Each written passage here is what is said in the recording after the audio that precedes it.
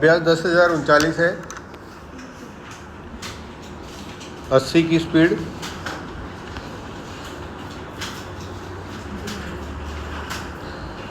Ready? Yes. Bharat के प्रथम प्रधानमंत्री जवाहरलाल नेहरू ने कहा था, लोकतंत्र में चुनाव जनता को राजनीतिक शिक्षा देने का विश्वविद्यालय है, मानव समुदाय एवं शासन व्यवस्था की अवधारणाओं पर गौर करने पर उक्त कथन सत्य प्रतीत होता है, सभ्यता के विकास के साथ ही मानव समुदाय के लिए प्रशासनिक व्यवस्था की शुरुआत, प्रारंभ में शासन व्यवस्था के रूप में राजतंत्र की प्रमुखता थी, इसमें राजा ही सर्वोपरि होता था, इस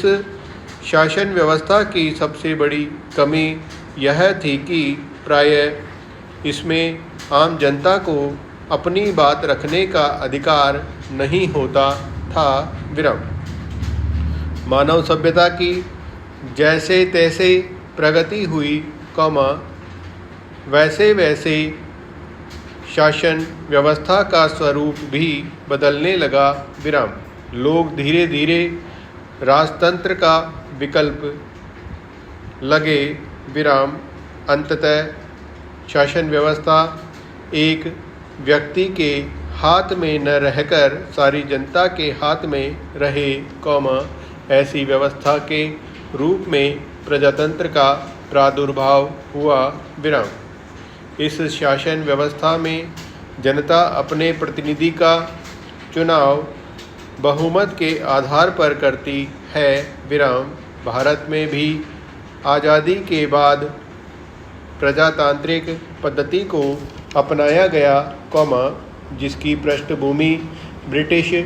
औपनिवेशिक काल में तैयार हो चुकी थी, प्रजातांत्रिक प्रणाली में निष्पक्ष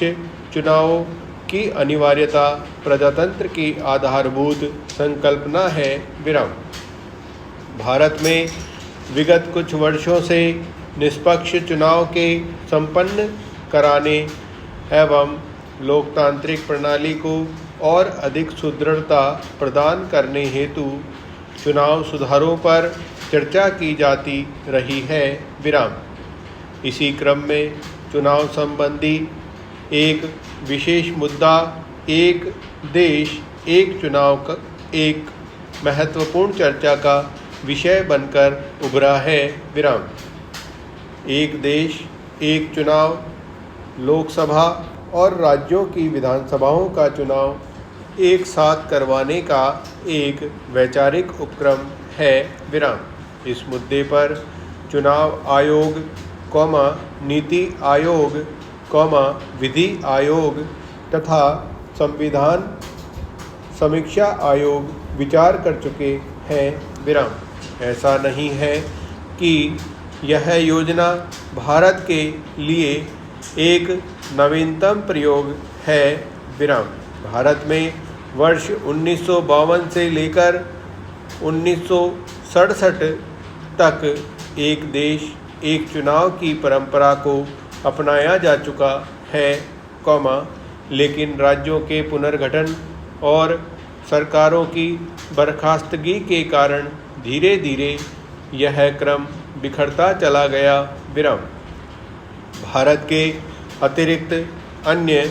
कई देशों में भी इसका प्रावधान है, जैसे स्वीडन, ब्रिटेन, दक्षिण अफ्रीका, इंडोनेशिया, जर्मनी आदि, भारत के संदर्भ में एक देश एक चुनाव लोकसभा और विभिन्न राज्यों की विधानसभाओं का चुनाव एक साथ करवाने का एक वैचारिक उपक्रम है, इसमें पंचायत और नगर पालिकाओं के चुनाव को शामिल नहीं किया जा सकता है विराम। इस प्रकार उपरोक्त तर्कों के आधार पर यह कहा जा सकता है कि निसंदेह